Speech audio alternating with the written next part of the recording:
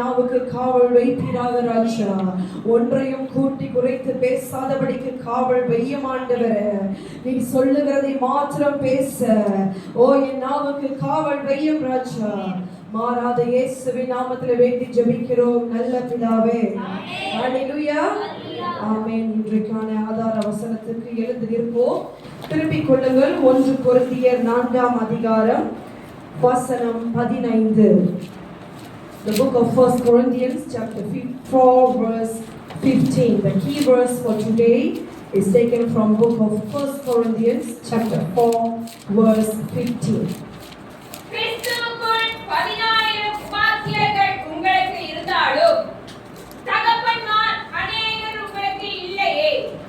கிறிஸ்து இயேசுவுக்குள் சுவிசேஷத்தினால் நான் உங்களை பெற்றேன். ஹல்லேலூயா. அமர்ந்து கொள்ளுங்கள். வசனத்துக்கு நீங்கள் கொடுத்த கனத்திற்காக நன்றி. ஹல்லேலூயா. இன்றைக்கான வசனம் 1 கொரிந்தியர் 4ஆம் அதிகாரம் வசனம் 15. கிறிஸ்துவுக்குள் 10000 உபாத்தியார்கள் உங்களுக்கு இருந்தாலும் தகப்பன்மார் அநேகர் உங்களுக்கு இல்லையே. கிறிஸ்து இயேசுவுக்குள் சுவிசேஷத்தினால் நான் உங்களை பெற்றேன். ஹல்லேலூயா. நாளைக்கு என்ன தினம்? தகப்பன்மார்களுடைய தினம். விசேஷமான ஒரு நாள். ஹல்லேலூயா. இந்த வசனம் எதை போதிக்கிறது? இங்க சொல்லப்படுகிற தகப்பன் எந்த தகப்பன்? அதற்கு முன்பதாக தகப்பன் என்றால் நம்மளுக்கு 3 தகப்பன்மார்கள் இருக்கிறார்கள். முதலாவது பரலோகத்தின் தகப்பன். ஹல்லேலூயா. அப்பா பிதாவே என்று அழைக்கத்தக்க புத்திர சுவிகாரத்தின் ஆவியை கொடுத்து அவருடைய பிள்ளையாய் வைத்திருக்கிறது நம்முடைய பரலோகத்தின் தகப்பன். இரண்டாவது நம்மளை ஆவியில நடத்தக்கூடிய ஆவிக்குரிய தகப்பன்மார்கள். மூன்றாவது இந்த பூமிக்குரிய தகப்பன், our biological fathers. நம்மளுக்கு என்று நம்மளை பெற்றெடுத்த சரீரத்தில் மாம்சத்தில் பெற்றெடுத்த தகப்பன்மார்கள். இவர்கள் மூவரும் மிக மிக முக்கியம். நம்ம வாழ்க்கையில் அவங்க தேவையானவர்களாய் இருக்கிறார்கள். ஹல்லேலூயா. இன்றைக்கு எந்த தகப்பன்மாரை குறித்து உங்களோடு நான் பகிர்ந்து கொள்ள விரும்புகிறேன். இந்த வசனத்தின்படி ஆவிக்குரிய தகப்பன்மார்கள். ஹல்லேலூயா. எழுதிக் கொள்ளுங்கள். இன்றைய பிரசங்கத்தின் தலைப்பு ஸ்பிரிச்சுவல் ஃபாதர்ஸ். ஆவிக்குரிய தகப்பன் அல்ல தகப்பன்மார். இந்த வசனத்தை பவுல் கொரிந்து சபைக்கு எழுதுகிறார். இந்த வசனத்தை நம்ம வாசிக்கும் போது இதை நான் உங்களுக்கு முதலாவது விளக்க விரும்புகிறேன். கிறிஸ்துவுக்குள் 10000 உபாத்தியார்கள். உபாத்தியாரர்கள் என்றால் யார்? ஆங்கில வேதாகமத்தில் என்ன போட்டிருக்கிறது? Instructors or guardians or teachers. உபாத்தியார்கள் என்பது ஒரு வாத்தியார் அல்ல, ஒரு உபாத்தியார். நம்மளுக்கு ஒன்றை சொல்லி கொடுக்கிறவர்கள். அவர் என்ன சொல்றார் இந்த இடத்துல? கிறிஸ்துவுக்குள் எத்தனை பேர் இருக்கிறாங்க உபாத்தியார்கள்? 10000. 10,000 or 1000 instructors or guardians are there. But உங்களுக்கு தகப்பன்மார்கள் அநேகர் இல்லையே. அப்ப இந்த உபாத்தியாருக்கும் தகப்பனுக்கும் ஒரு வித்தியாசம் உண்டு. அதை நான் உங்களுக்கு பிற்பாடு விளக்குகிறேன். இப்ப பவுல் என்ன சொல்லுகிறார்? கிறிஸ்து இயேசுவுக்குள் சுவிசேஷத்தினால் நான் உங்களை பெற்றெடுத்தேன். ஹல்லேலூயா. மாம்சத்துல பெற்றெடுக்கல, எதுல பெற்றெடுத்தாரா? சுவிசேஷத்தின் நிமித்தம் ஆவியில நாம் ஆவிக்குரிய பிள்ளைகளாய் மாறி இருக்கிறோம். அப்ப இங்க அவர் சொல்லுகிறது ஒரு ஆவிக்குரிய தகப்பன். ஆவிக்குரிய தகப்பன், ஆவிக்குரிய தாய்மார்களை நம்ம வைத்துக் கொள்ளலாம். இந்த உபாத்தியார்கள் மிகவும் முக்கியம்தான். ஆனால் அவர்கள் தகப்பன்மார்களாய் ஆக முடியாது. இன்ஸ்ட்ரக்டர்ஸ் அப்படின்னா ஒரு இன்ஸ்ட்ரக்ஷன் நம்மளுக்கு கொடுத்து அதன்படி நம்மளை நடக்க செய்கிறவர்கள். ஆனால் தகப்பன்மார்களுக்கு என்று சில குவாலிட்டிஸ் இருக்கிறது. இவர்கள் தான் தகப்பனாய் இருக்க முடியும். ஆவியில நம்மளை ஆவியின் வாழ்க்கையில நடத்த முடிந்தவர்கள் தான் ஆவிக்குரிய தகப்பன். அதாவது கர்த்தர் உங்களுக்கு கொடுத்த மேய்ப்பர்கள், உங்களை நடத்துகிற ஊழியர்கள் தான் ஆவிக்குரிய தகப்பன்மார்களாய் இருக்க முடியும். இதனால் தான் பவுல் கலாத்தியர் எழுதுகிறார் 4ஆம் அதிகாரம் 19. நான் உங்களை கற்ப வேதனை பற்றி என்ன செய்கிறாரா? பெற்றெடுத்தேன். எதுல பெற்றெடுத்தார்? ஆவியில பெற்றெடுத்தேன். அவர் பிசிக்கலா பெற்றெடுக்கல, ஆவிக்குரிய பிள்ளைகள். அதனால தான் அப்போஸ்தலர் பவுலுக்கு அநேகம் ஆவிக்குரிய குமாரர்கள் இருந்தார்கள். ஆவிக்குரிய as many spiritual sons. Pavul அப்போஸ்தலர் ஒரு அப்போஸ்தலராய் மாத்திரம் ஊழியத்தை நடத்தவில்லை, ஒரு தகப்பனாயும் என்ன செய்கிறார்? ஊழியத்தில் இருக்கிறார். அதனால தான் அவருக்கு அநேகம் ஆவிக்குரிய பிள்ளைகள் இருந்தார்கள். ஆமென். இங்க அவர் சொல்லுகிறார் வசனம் 14 படிங்களேன். உங்களை வெட்கப்படுத்தும்படிக்கு நான் இவைகளை எழுதவில்லை, நீங்கள் எனக்கு பிரியமான பிள்ளைகள் என்று உங்களுக்கு புத்தி சொல்லுகிறேன். ஹல்லேலூயா. இதை என்னத்தினால எழுதவில்லையாம்? உங்களை வெட்கப்படுத்தும்படி நான் இவைகளை எழுதவில்லை, நீங்கள் எனக்கு பிரியமான பிள்ளைகள் என்று உங்களுக்கு புத்தி சொல்லுகிறேன். இப்ப தகப்பனுக்கும் இன்ஸ்ட்ரக்டருக்கும் ஒரு வித்தியாசம் என்ன?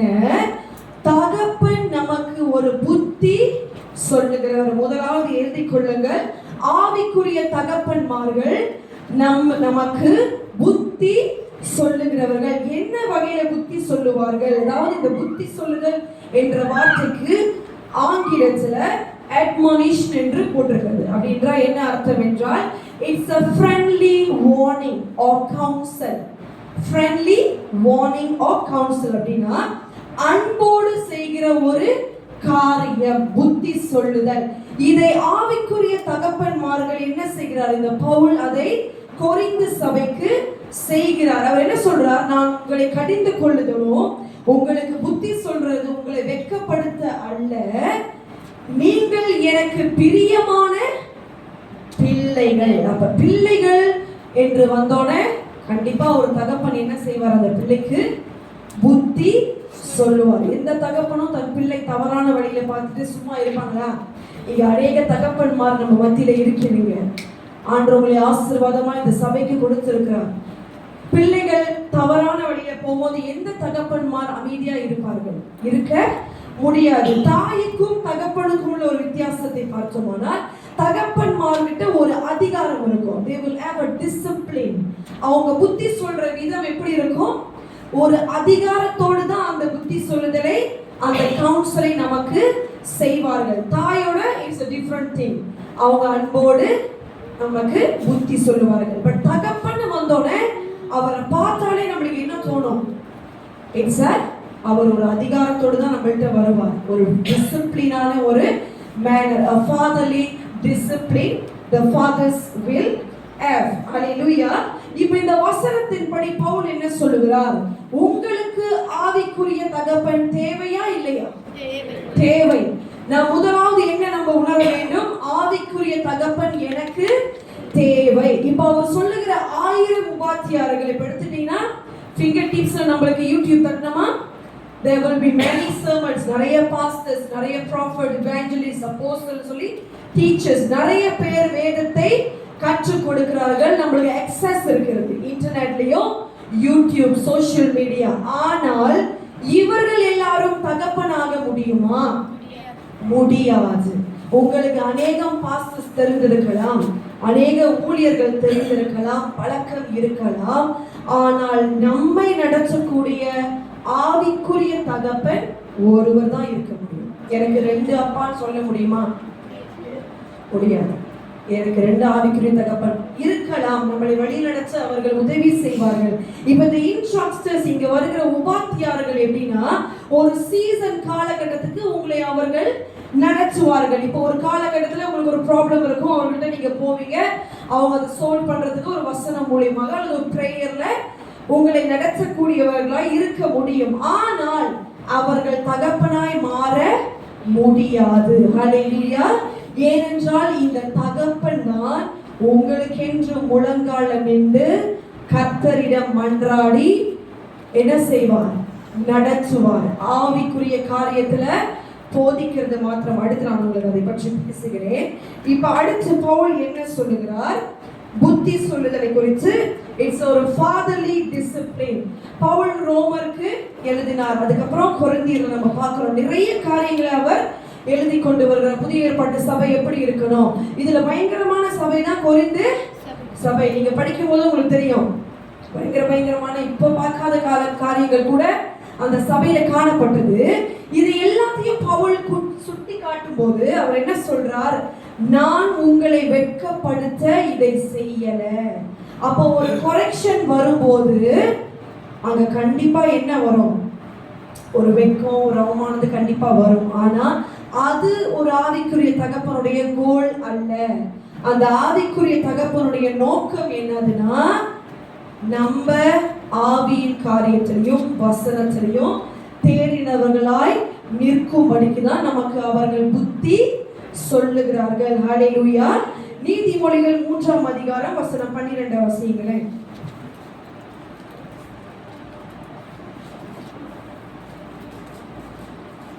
தகப்பன் தான் நேசிக்கிற புத்திரனை சிட்சிக்கிறது போல கர்த்தரும் எவரிடத்தில் அன்பு கூறுகிறாரோ அவனை சிட்சிக்கிறார்.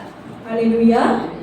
இங்க என்ன பேசுகிறார் அந்த வசனம், தகப்பன் தான் நேசிக்கிற பிள்ளையை தான் என்ன பண்றாரா, சிட்சிக்கிறார். அப்ப அந்த பிள்ளையை நேசிக்கலனா அங்க சிட்சை வராது. அதே மாதிரிதான் நம்முடைய பரலோகத்தின் தகப்பனும் நம்மளை நேசிக்கிறனால நம்மளை சிட்சிப்பார். அப்ப இங்க பவுல் சொல்லுகிற இந்த ஆவிக்குரிய தகப்பன்மார்கள் நம்மளை நிச்சயம் சிட்சிப்பார்கள், சிட்சிக்க வேண்டும். அப்படி சிட்சிக்கலனா நம்மள அவங்க என்ன செய்யல, நேசிக்கல, உங்கள் மேல அன்பு இல்ல. எந்த தகப்பனும் தன் பிள்ளை தவறான வழியில போட்டு பார்த்துட்டு சும்மா இருக்கவே முடியாது. அந்த பூமிக்குரிய தகப்பனுக்கு அவ்வளவு பாரம் இருக்குமானால் உங்களை பரலோகத்துக்கு நேராய் நடச்ச, பரலோக தகப்பனிடத்துக்கு நேராய் நடச்ச, வசனத்துல வழி நடத்துகிற இந்த ஆவியின் தகப்பன்மார்களுக்கும் அந்த பாரம் அதிகமாய் இருக்கும். ஹல்லேலூயா. அப்படி சிட்சிக்கிறது அன்பினால் மாத்திரம்தான் வர வேண்டும். அப்படி சிட்சிக்கிறது எதனால் வர வேண்டும்? The correction must come out of love. ஏனென்றால் நேசிக்கிறவங்களை தான் பிதாவும் சிட்சிக்கிறார். தொடர்ந்து நீதிமொழிகள் 15 வசனம் 31 32 வாசிங்க. ஜீவனுக்கு ஏதுவான கடிந்து கொள்ளுதலை ஏற்றுக்கொள்ளும் காது ஞானிகளிடத்தில் தங்கும். புத்திமதியை தள்ளி விடுகிறவன் தன் ஆத்துமாவை வெறுக்கிறான். கடிந்து கொள்ளுதலை கேட்கிறவனோ ஞானமடைவான். ஹல்லேலூயா. இங்க என்ன சொல்றாரு, ஜீவனுக்கு ஏதுவான கடிந்து கொள்ளுதலை ஏற்றுக்கொள்ளும் காது ஞானிகளிடத்துல தங்கும். அப்படின்னா ஜீவனுக்கு ஏதுவான கடிந்து கொள்ளுதலை யார் நமக்கு கொடுக்க முடியும்? பரலோகத்தின் பிதா கொடுப்பார். பூமியில இருக்கிற நம்மளுடைய ஆவிக்குரிய தகப்பன்மார் தான் நம்மளை நித்திய ஜீவனுக்கு ஏதுவான கடிந்து கொள்ளுதலை அவர்கள் கொடுக்கும் போது அதை ஏற்றுக்கொள்ளுகிற காது எப்படிப்பட்டது? ஞானிகளிடத்தில் தங்கும். அப்ப கடிந்து கொள்ளுதை ஏற்றுக்கொள்ளுதல் என்பது ஒரு ஞானம். ஹல்லேலூயா. முதலாவது என்ன எழுதி கொண்டீர்கள்? ஆவிக்குரிய தகப்பன்மார் நமக்கு தேவை. இரண்டாவது, ஆவிக்குரிய தகப்பன்மார்கள் புத்தி சொல்லுவார்கள். அதாவது என்னன்னா, கடிந்து கொள்ளுதல், சிட்சித்தல், சீர்திருத்துதல், இதெல்லாம் அந்த புத்தி சொல்றத கீழே வரும். இப்ப மூன்றாவது பாயிண்ட் என்னன்னா, யார் சிட்சிக்கிறதை ஏற்றுக்கொள்ளுவார்கள்? ஞானம் உள்ளவர்களால மட்டும்தான் சிட்சிக்கிறதை ஏற்றுக்கொள்ள முடியும். ஏன்னா இது ஒரு ஆழமான ஒரு காரியம். எப்படின்னா, இப்ப உதாரணத்துக்கு நான் சொல்றேன், ஓகே, ஆய்வு சொல்லுகிறது, இப்ப சிறைச்சாலையில் இருக்காங்கல்ல பிரிசனர்ஸ், இதுல 80% ஸ்டாட்டிஸ்டிக் படி எப்படி அவங்க அந்த சிறைச்சாலைக்கு போயிருந்தாங்க, அவங்க பேக்ரவுண்ட் ஆராயும் போது 80% of them without father, அதாவது தகப்பன் இல்லாம வளர்ந்தவர்கள் தான் இப்படிப்பட்ட ஒரு காரியத்துக்குள்ள போயிருந்தாங்க என்று ஆய்வு சொல்றது. தாய் இல்லாதவர்கள தகப்பன். அப்ப இந்த தகப்பனோட ரோல் அந்த அவனுடைய வாழ்க்கையில பாருங்க, ஒரு பிள்ளை நல்ல வழியில போதா இல்ல தீய வழியில போதான்றது யாருடைய கருத்துல இருக்கிறது? அந்த சிட்சிக்கிற கடிந்து கொள்ளுகிற தகப்பன்மார்கிட்ட தான் இருக்கு. அதான் பவுல் சொல்றாரு, 1000 பேர் உங்களுக்கு இன்ஸ்ட்ரக்ஷன் கைடன்ஸ் கொடுத்தாலும் உன்னை நடத்துகிற ஒரு தகப்பன் இல்லைன்னா நம்ம லாஸ். அதாவது உங்களுக்கு அந்த ஒரு ஆவிக்குரிய தகப்பன் வேணும். அப்ப அந்த சிச்சையை முதலாவது நாம் ஏற்றுக்கொள்ளுகிறவர்களாய் இருக்க வேண்டும். எல்லாருக்கும் பிடிக்குமா சிச்சை? எனக்கே பிடிக்காது. கண்டிப்பா பிடிக்காது. அடி வாங்குறது பிடிக்குமா? ஏசுறது யாருக்குமே பிடிக்காது. இப்ப சிச்சிக்கிற அதான் நான் ஏற்கனவே உங்களுக்கு சொல்லியிருந்தேன். ஆவியானவர் ஆறுதல் செய்து, தேர்தல் செய்து, அன்பு செய்து, அரவணைத்து, பாசம் கொடுக்கணும் சொன்னா நம்ம சந்தோஷமா என்ன பண்ணுவோம்? ஹalleluyaனே ரிசீவ் பண்ணுவோம். அந்த சேம் டைம் பரிசுத்த ஆவியானவர் பாவத்தை குறித்தும், நீதியை குறித்தும், நியாய தீர்ப்பதை குறித்தும் உலகத்தை கண்டித்து உணர்த்துவார் சொல்லும் போது நம்ம அதே ரிசீவிங்ல இருக்குமா? நம்ம இன்னைக்கு நம்ம ஆராய்ந்து பார்ப்போம். ஆசீர்வாதத்தை பண்ற receiving it's not same when it comes to correction, but அதே ஆசீர்வாதத்தை கொடுக்கிற கர்த்தர் தான் கரெக்ஷனையும் கொடுக்கிறார். இது ரெண்டுமே அவர்கிட்டே தான் நம்மளுக்கு வருது. இப்ப கண்டிப்பான வரும்போது அதை நம்மளால என்ன பண்ண முடியல? ஏற்றுக்கொள்ள முடியல. இதனால சபையில நிறைய காரியங்கள் நடக்குது.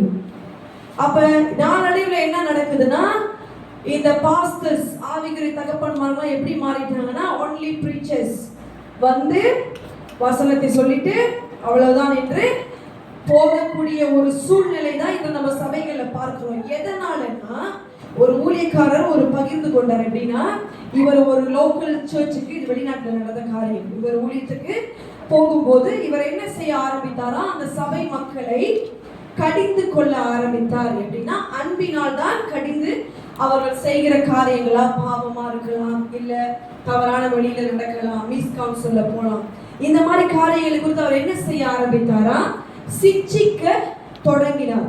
அதுக்கப்புறம் என்ன நடந்தது என்றால், அங்குள்ள சபைகள்லாம் ஒரு காலகட்டத்துக்கு அப்புறம் அவங்களுடைய பாஸ்டர்ஸை மாற்றுதல் செய்வாங்க, ஒரு இன்னொரு இடத்துக்கு ட்ரைனிங்க்கு அனுப்பிடுவாங்க. அப்ப இந்த சர்ச் பீப்புள் எல்லாரும் என்ன பண்ணிருந்தாங்கன்னா, அவருக்கு விரோதமாய் கடிதம் எழுதி அவர்கள் மேல உள்ள மேனேஜ்மெண்ட்டை கொடுத்துருக்காங்க. என்னன்னா, எங்களுக்கு இந்த பாஸ்டர் வேணா, வேற ஆளை அனுப்புங்க. அப்ப அவர் என்ன அங்க சொல்ல வர்றாருன்னா, இப்ப நான் சிட்சிக்க இந்த மேய்ப்பர்கள் ஊழியர்கள் வந்தாலும் அந்த சிட்சிக்கப்படுகிறதற்கு நம்ம ஒரு மந்தையாக அதுக்கு ஆயத்தமா இருக்கிறோமா? தகப்பனுடைய ஆவிக்குரிய தகப்பனை சிட்சிக்கிறார், அது அன்பினால் தான் நடக்குதுன்னு சொல்லி ஏற்றுக்கொள்ளுகிற பக்குவம் நம்ம இருதயத்துல இருக்கா என்று நம்ம தான் ஆராய்ந்து பார்க்கணும். அநேக நேரத்துல அதுதான் நடக்குது. பாஸ்டர் நம்மள்ட்ட ஒன்று சொல்லிட்டா நம்ம என்ன ஆகும்? உடனே முகநாடி வேறுபட்டு அதோட அப்படியே மன வருத்தம் அடைந்து போயிடும். அது நார்மலா நடக்கிறது, எல்லாருக்கும் உள்ளதுதான். ஆனா அது எதனால் அவர் செய்கிறார் என்று ஆராய்ந்து ஏற்றுக்கொள்ளுவர்கள் யாரா? ஞானவான்கள், ஞானிகள். ஹல்லேலூயா. அந்த கரெக்ஷன்ஸை ஏற்றுக்கொள்ளுகிறவர்களாய் நம்ம ஞானத்தில் நடக்க வேண்டும். தகப்பன்மாருடைய கடிந்து கொள்ளுதலை ஏற்றுக்கொள்கிறவர். ஹல்லேலூயா. அப்ப இந்த ஆவிக்குரிய தகப்பன்மார்கள் என்ன செய்வாங்கன்னா, அவங்க உங்களுக்கு சுகர் கோட்டிங் பிரீச்சிங் பண்ண மாட்டார்கள். எப்படிப்பட்ட பிரீச்சிங் பண்ணுவாங்க? சத்தியத்தை சத்தியமாய் போதிப்பார்கள். வசனம் இதுதான் சொல்லுது, இதன்படிதான் நம்ம வாழணும் என்று போதிப்பார்கள். அப்படி போதிக்கலையா, அவர்கள் உங்களுக்கு தகப்பனாக முடியாது. அவர்களும் எல்லா பாஸ்டர்ஸ்லயும் ஒரு பாஸ்டராக தான் இருக்க முடியும். அப்ப தகப்பன்னு வந்தா அங்க என்ன வருது? அடுத்து புத்தி சொல்லுதல், கடிந்து கொள்ளுதல், சிட்சிப்பு. எழுதி கொள்ளுங்கள். புத்தி சொல்லுதல், கடிந்து கொள்ளுதல், சிட்சிப்பு அல்லது சீர்திருத்துதல். இதுதான் தகப்பனுடைய the best quality, the characteristic of a spiritual father.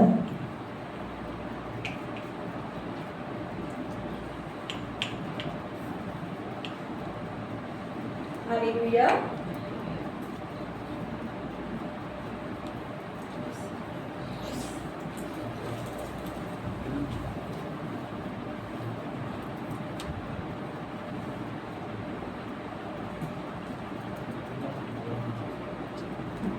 அடுத்து 16வது வசனத்தை வாசியுங்கள். 1 கொரிந்தியர் 4:16.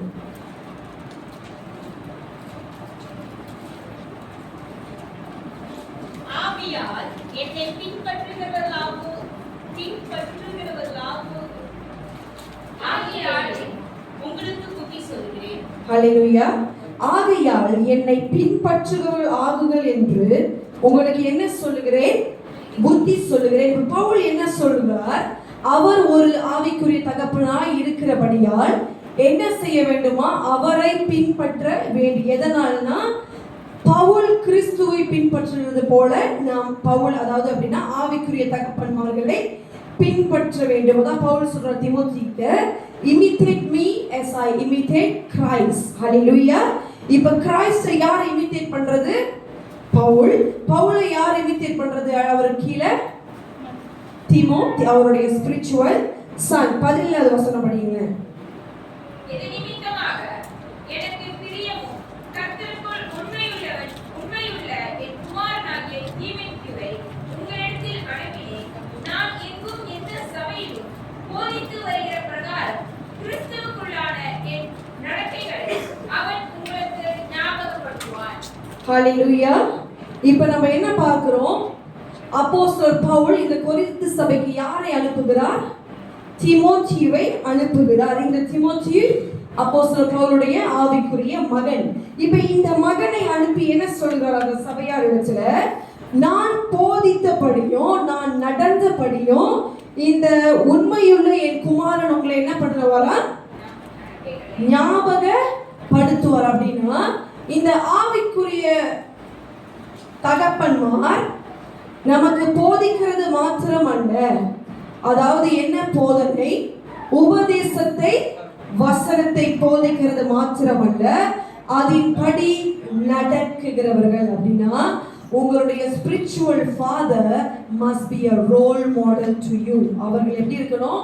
ஒரு முன்மாதிரியாய் இருக்க வேண்டும். எல்லாருக்கும் மேலான முன்மாதிரி யார் நமக்கு? கிறிஸ்து இயேசு. அவருக்கு கீழே தான் நம்ம எல்லாருமே இருக்கிறோம். The Christ is the best role model. அவரை இமிட்டேட் பண்றவங்க யாரு? அவரின் ஊழியக்காரர்கள், மேய்ப்பர்கள், இது எல்லா fivefold ministries இருக்கிறவர்கள். அதே மாதிரி தான் நம்ம எல்லாருமே தான் யாரை இமிட்டேட் பண்ண வேண்டும்? கிறிஸ்துவை இமிட்டேட் பண்ணணும். இப்ப பவுல் சொல்கிறார், நான் கிறிஸ்து போலவே நடக்கிறதுனால நீங்கள் என்ன பண்ணுங்க? பின்பற்றுங்க. அப்படின்னா ஆவிக்குரிய தகப்பன் நமக்கு ஒரு முன்மாதிரியா இருக்க வேண்டும். எழுதிக் கொள்ளுங்கள். எத்தனாவது பாயிண்ட்? இப்ப 4வது 5வது. ஆவிக்குரிய தகப்பன் நமக்கு ஒரு முன்மாதிரியா இருக்க வேண்டும். அதாவது எப்படின்னா போதிக்கிறது மாத்திரம் அல்ல, அதன்படி நடக்கிறவர்கள். அதனாலதான் பவுல் சொல்லுகிறார், நான் எங்கும் எந்த சபையிலும் போதித்து வருகிற பிரகாரம் கிறிஸ்துவுக்குள்ளான என் நடக்கைகளை அவன் உங்களுக்கு ஞாபகப்படுத்துவான். அப்படின்னா அங்க முதல்ல ஒரு போதனை இருக்கு, உபதேசம் இருக்குது, சத்தியம் இருக்குது. அது மாத்திரமல்ல, அதன்படி நடக்குகிற ஒரு காரியம் அங்க இருக்கிறது. அப்ப இந்த ஆவிக்குரிய தகப்பன்மார்கள் எப்படிப்பட்டவர்களா? போதிக்கிறது மாத்திரமல்ல, அதன்படி நடந்து நமக்கு காண்பிக்கிற. உதாரணத்துக்கு பாட அனுபவிக்கும் போது சோதனை நம்ம எப்படி பொறுமையோட சகிக்கணும்னு போதிக்கிறது மாத்திரமல்ல, அதன்படி அவங்க வாழ்க்கையில நீங்க பார்க்கலாம். அவங்க பாடுகளை அனுபவிக்கும் போது அவங்க எப்படி அதை கடந்து போகிறார்கள். நம்மளுக்கு போதித்தபடியே நடந்தார்கள்னா அவங்க தான் நம்மளுடைய ஆவிக்குரிய தகப்பன்மார். வெறும் சொல்லி கொடுக்கறது மாத்திரமல்ல. எப்படின்னா உதாரணத்துக்கு சொல்றேன், ஒரு சின்ன பிள்ளைகளை நம்மள்ட்ட சொல்றோம், அதை சொல்றோம், நான் சொல்றதெல்லாம் நீ செய்யி, ஆனா நான் நடக்கிற மாதிரி நீ நடக்காத அப்படின்னா அது கேட்குமா? பொதுவா பிள்ளைகள் சொல்றதை விட நம்மளை பார்த்து செய்யறது தான் அதிகமானது. அதுதான் இமிட்டேட் பண்றது. அப்படின்னா அவங்க நடக்கைகளை, அவங்க கேரக்டரிஸ்டிக், அவங்களுடைய பர்சனாலிட்டிஸ், அவங்க எப்படி இருக்காங்க, அதை அப்படியே பின்பற்றுகிறது தான் பிள்ளைகள். அதன்படி அது என்ன பண்ணும்? சொல்றதை விட பார்த்து அவங்க மாதிரியே நடக்கும். அப்ப இந்த பவுல் எப்படி இருக்கிறார்? அவர் எல்லா காரியத்திலையும் முன்மாதிரியாய் அங்கே இருக்கிறார். ஹல்லேலூயா. பவுல் என்ன செய்கிறார்? தீமோத்தேயுவை அங்க அனுப்புகிறார் அந்த கொரிந்து சபைக்கு. இப்ப இந்த ஆவிக்குரிய தகப்பன்மார் ஒரு முன்மாதிரியாய் மாத்திரம் அல்ல, இவர்கள் ஆவிக்குரிய பிள்ளைகளை ட்ரெயின் பண்றவர்களா இருப்பாங்க. அடுத்த ஜெனரேஷனை, அதாவது அவர்கள் கீழே உள்ள அடுத்த ஊழியக்காரர்களை என்ன பண்ணுவாங்க? தங்கள் பிள்ளைகளாய் ட்ரெயின் பண்ணி சபைகளுக்கு, இங்க பார்த்தோமா அப்படிதான் தீமோத்தேயுவை அவர் அனுப்புகிறார். அப்படின்னா என்னன்னா நீங்க சபையில இருந்தீங்கன்னா உங்களுடைய பாஸ்டருக்கு நீங்க என்ன அழைப்புல அழைக்கப்பட்டவர்கள், என்ன ஆபரேஷனல் கிஃப்டிங்ல நீங்க இருக்கீங்க, உங்களுக்கு கர்த்தர் என்ன தரிசனம் வைத்திருக்கிறார், எல்லாம் உங்க மேய்ப்பருக்கு தெரிந்திருக்கணும். அவர் தான் தகப்பனா இருக்க முடியும். உங்களை எந்த பாதையில நடத்தணும், கர்த்தர் எந்த விஷயத்துல உங்களுக்கு தரிசனத்தை கிருபையை வைத்திருக்கிறார் என்று ஆவிக்குரிய தகப்பன்மார்களுக்கு தான் தெரியும். அல்லேலூயா. அதனாலதான் நம்மளுக்கு அவங்க தேவை. நமக்கு மேல அபிஷேகத்துல உயர்ந்தவர்கள் நமக்கு தேவை. ஆமென். ஹல்லேலூயா.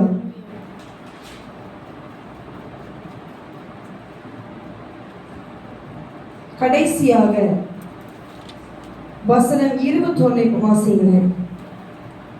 உங்களுக்கு என்ன வேண்டும்? நான் பிரம்போடு உங்களிடத்தில் வர வேண்டுமோ, அல்லது அன்போடு சாந்தமுள்ள ஆவியோடு வர வேண்டுமோ? அல்லேலூயா. இப்ப ஒரு கேள்வியை அப்போஸ்தலர் பவுல் கேட்கிறார். என்ன கேட்கிறார்? உங்களுக்கு என்ன வேண்டும்? நான் பிரம்போடு உங்களிடத்தில் வர வேண்டுமோ, அல்லது அன்போடும் சாந்தமுள்ள ஆவியோடும் வர வேண்டுமோ? அப்படின்னா பிரம்போடு என்னது? ரோத்தானோட வரட்டா, இல்லைன்னா அன்போடு வரட்டான்னு சொல்லி அந்த கேள்விக்கு பதில அவங்க கையிலே விட்டுட்டாரு. பதில் அவர் சொல்லல, கொரிந்து ஜனங்கள்கிட்ட அதை விட்டுட்டார். அப்படின்னா என்ன காட்டுதுன்னா, பிள்ளைகள் பலவிதமாய் இருப்பாங்க. ஒரு பிள்ளைகிட்ட நம்ம அன்போடு சொன்னா அந்த பிள்ளை கேட்கும். ஒரு வாட்டி சொன்னா தகப்பன்மார்களுக்கு தெரியும். உங்களுக்கு 5 பிள்ளைகள் 4 பிள்ளைகள்னா ஒரு பிள்ளை ஒரு வாட்டி சொன்னா அது அப்படியே கீழ்ப்படிந்து நடக்கும். இது செய்யாதுன்னா செய்யாது. இன்னொரு பிள்ளை கிட்ட என்ன நடக்கும்? ரோத்தம் தான் வேலை செய்யும். அதுக்கு சொல்ல சொல்ல சொல்ல என்ன பண்ணாது? கேட்காது. ஐயா நல்லா தலையாட்டாரு. அப்ப அதுக்கு பிறகுதான் என்ன மாறுது? மருந்துனால பழமொழி பாருங்க, தமிழ்ல அடி உதவுற மாதிரி அண்ணன் தம்பியே உதவ மாட்டாங்க. அது எல்லாத்தையும் பழமொழி சொல்லி வச்சுட்டாங்க நம்ம முன்னோர். அடி உதவுற மாதிரி. அப்ப பிள்ளைங்களை வளர்க்கறதுக்கு, அதாவது இங்க என்ன சொல்றாரு அவரு? சிச்சிப்பில பலவிதம் உண்டு. ஒரு சிச்சிப்பு பிரம்போடு வரலாம், ஒன்று அன்போடும் சாந்தத்தோடும் வரலாம். அதை நிர்ணயிக்கிறது யார் கையில இருக்கு? நம்ம கையில தான். ஒரு வாட்டியே கர்த்தர் ஆவிக்குரிய தகப்பன்மார் நம்மளை சிச்சிக்கும் போது அதை ஏற்றுக்கொண்டு அதன்படி நம்ம நடந்துச்சோமா நம்மளுக்கு பிறப்பு தேவையா? தேவையில்லை. அதன்படி நம்ம நடக்கலைன்னா கண்டிப்பா கர்த்தர் என்ன போடுவார்? பிறப்பு இல்லைன்னா சீர்திருத்துதலுக்குள்ளாய் நம்மளை நடத்துவார். அந்த ப்ராசஸ் ரொம்ப வேதனையா இருக்கும். நம்ம தானே காயத்தோடு தான் இருக்கும். ஆனாலும் அது நம்மளுடைய ஜீவனை காக்க வல்லது. உங்கள் ஆத்துமாவை என்ன பண்ணும்? அது காக்க முடியும். நித்திய ஜீவனுக்கு அதை நம்மளை நடத்தும். ஹல்லேலூயா. ஆமென். இப்ப பவுலுக்கு இருந்த சில ஆவிக்குரிய பிள்ளைகள் நம்மளுக்கு அவருடைய பேர்களை சொல்றேன். தீமோத்தேயு, தீத்து, பிலமோன், ஒனேசிமோ. இவர்கள் அவருக்கு நிறைய ஆவிக்குரிய குமாரர்கள் இருந்தாங்க. இதுல சில பேர் தான் உங்களுக்கு நான் சொல்லி இருக்கிறேன். இந்த பவுல் அப்போஸ்தலனை குறித்து சில காரியங்களை பகிர்ந்து நான் முடிக்க விரும்புகிறேன். பவுல் அப்போஸ்தலன் திருமணம் பண்ணியிருந்தாரா? இல்ல, அவர் திருமணம் பண்ணல. அவருக்கு பயாலஜிக்கல் சில்ட்ரன் இல்ல. அதாவது எப்படின்னா, சொந்த சரீரத்துல அவர் பெற்றெடுத்த பிள்ளைகள் இல்லாமல் இருந்தாலும் வேதத்துல நம்ம பார்க்கிற ஒரு சிறந்த ஆவிக்குரிய தகப்பனா யார சொல்லலாம்னா அப்போஸ்தலனாகிய பவுல். நீங்க அவருடைய எல்லா நிருபத்திலையும் பார்த்தீங்கன்னா அவருக்கு ஆவிக்குரிய பிள்ளைகள் இருந்தாங்க. அவங்களை அவர் ட்ரெயின் பண்ணாரு. ட்ரெயின் பண்ணது மாத்திரம் அல்ல, அவர்களை வேற சபைகளுக்கு அனுப்பி புத்தி சொல்ல, காரியங்களை ஒழுங்குபடுத்த, சீர்படுத்த அனுப்பினார். ஆமென். அப்ப அந்த ஆவிக்குரிய தகப்பன்மார்கள் சிச்சிக்கிறது சுயநலத்திற்காக இருக்கக்கூடாது.